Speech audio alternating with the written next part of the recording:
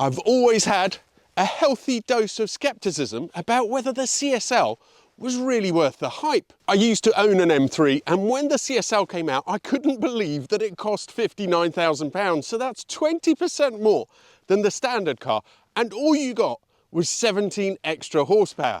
So when they first came out, if you wanted to get a CSL, you would have had to pay £10,000 more.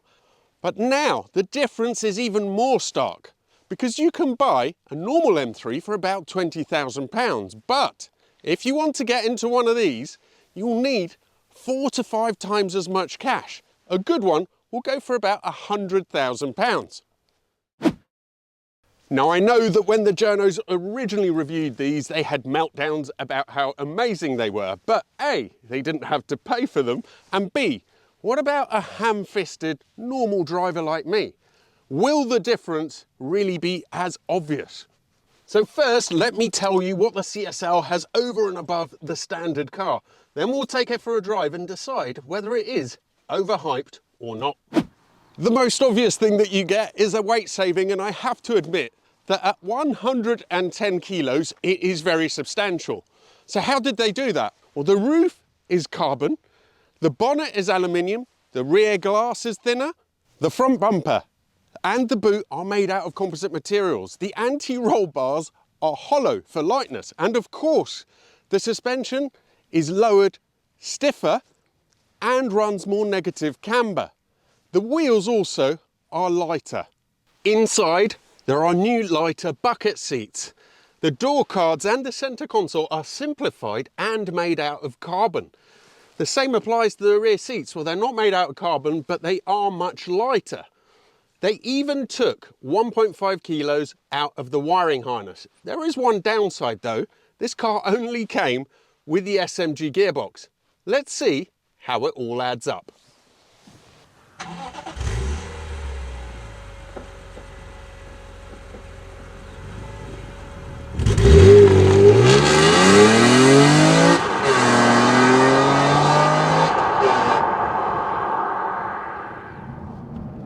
Now, there's one really significant change that has been made that has perhaps the most impact of all, bar the weight saving, and that is that they changed the steering. Now, on my own M3, the only criticism I had really, I guess the manual gear change was a little bit notchy, so that was one thing, but the main thing was that the steering was really lifeless. It's the worst aspect of an E46, a standard car. So the fact that they've made this quicker bodes well, and I think that with the different changes in geometry as well, that will really help to address one of the main weaknesses. But the other thing is that with the engine, they mainly got an extra 17 horsepower, but to do that, they changed the cam to a more aggressive profile, but also they've put on a beautiful carbon airbox. It really dominates the character of this car. There's a big scoop in the carbon front bumper, and then it goes into this beautiful box, and it changes the way this engine sounds dramatically. Have a listen to this. Second gear, 5,000 revs.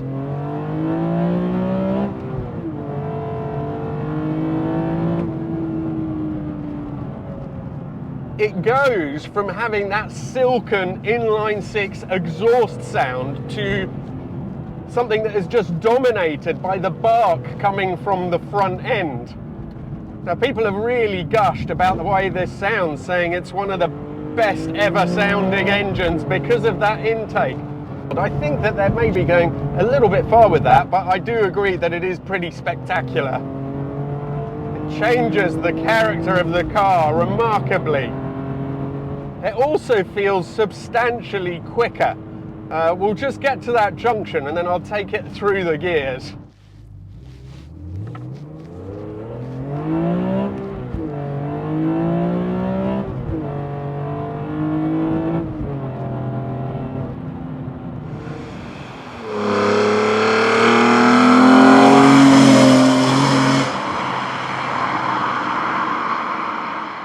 Okay, it's only got another 17 horsepower, but if you take into account 110 kilos lost, it really does make a difference. And it doesn't only make a difference to the way it accelerates. This, even for me, this drives substantially differently to the normal cars.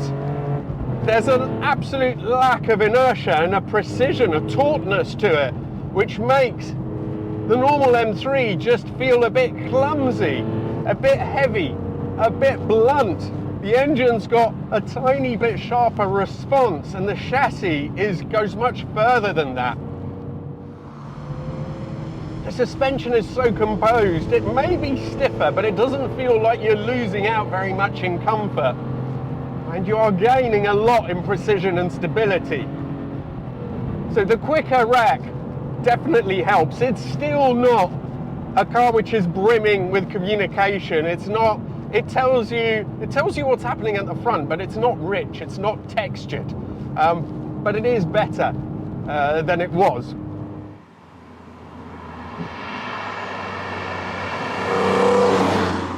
The SMG really feels a bit dim-witted compared to the more modern stuff. I'm not a fan of happy paddles, semi-automatics anyhow. But in this case, if you're really on it, it's okay, although it does feel a bit slow. But when you're trying to drive normally, it is quite difficult to get to grips with. Now, many people say it is simply part of this car's character. I think I know what they mean. For a start, the manual gearboxes aren't exactly the shining best example of BMW gearboxes in these anyway. And secondly, you have to work to get this to come together. So in a way, it could be argued that having the SMG isn't such a bad thing.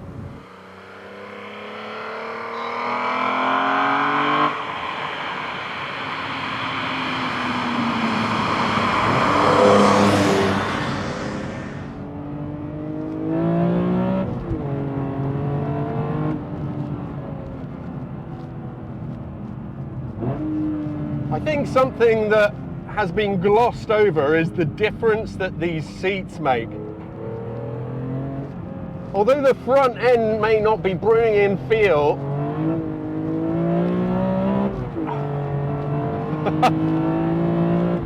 to me it seems like I'm getting more from the whole car, and I believe that it is down to do with what you're sitting on.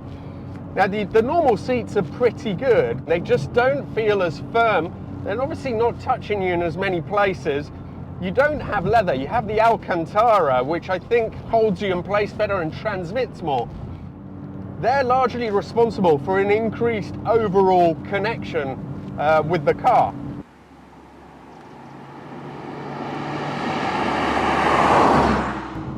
So later M cars, and I think this includes the special editions, they have increased the speed at which you can go around a track, and even on the road they would be quicker than this, but I don't think that they can offer up the same mechanical connection and the same thrills that this does.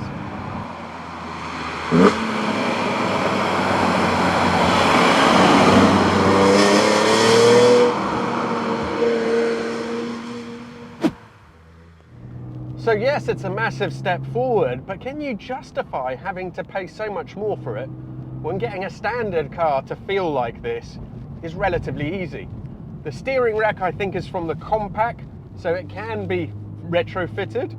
The suspension you can firm up relatively cheaply. Aftermarket carbon airboxes are also available, and then you're very, very close to getting there. I think things maybe like the carbon roof are going to be more difficult to emulate, but the rest of it, you can get very close. So for a normal person, there's an argument to be said that they are a little bit overvalued or overhyped. But if you take into account the rarity, so only 422 in the UK, and also I think you really have to take into account what it represents. This was one of the first, I'm sure, mass-produced cars that had a carbon roof. The attention to detail that BMW went to and the difference that it made to this over and above the standard car is astonishing. They have to be applauded for it.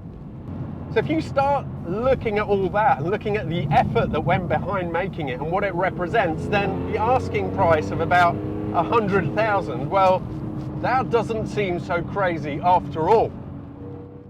A huge thanks to Richard for bringing it down, and of course to all of you for watching. If you want me to do a review of your car, please get in touch at this address and we'll see if we can arrange something.